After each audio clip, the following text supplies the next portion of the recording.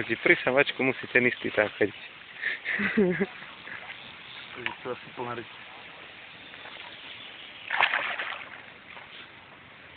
To nevie. Tento? To asi na jednej úrovni všetko. Som povedal.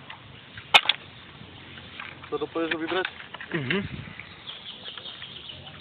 Čučky si.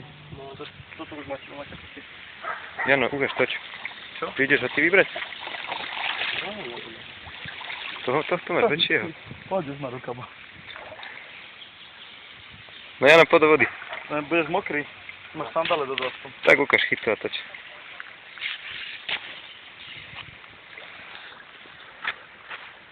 Zase idem toto. Ty kurčo.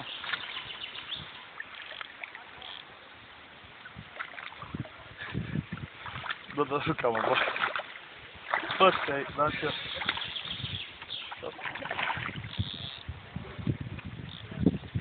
To je taká teplá voda, že by sa v nej spalo.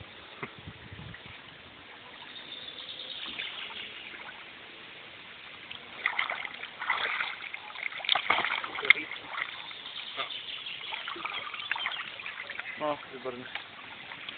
Škiecu mám. No, poď. Nezoberieme ho už? Tento? Koľko je setrov môžeme zobrať? Neviem, musím sa spýtať, ale na 5 kg nemôžeme brať. A tento je asi viac ako 5 kg. No, na 5 kg sa nesmie?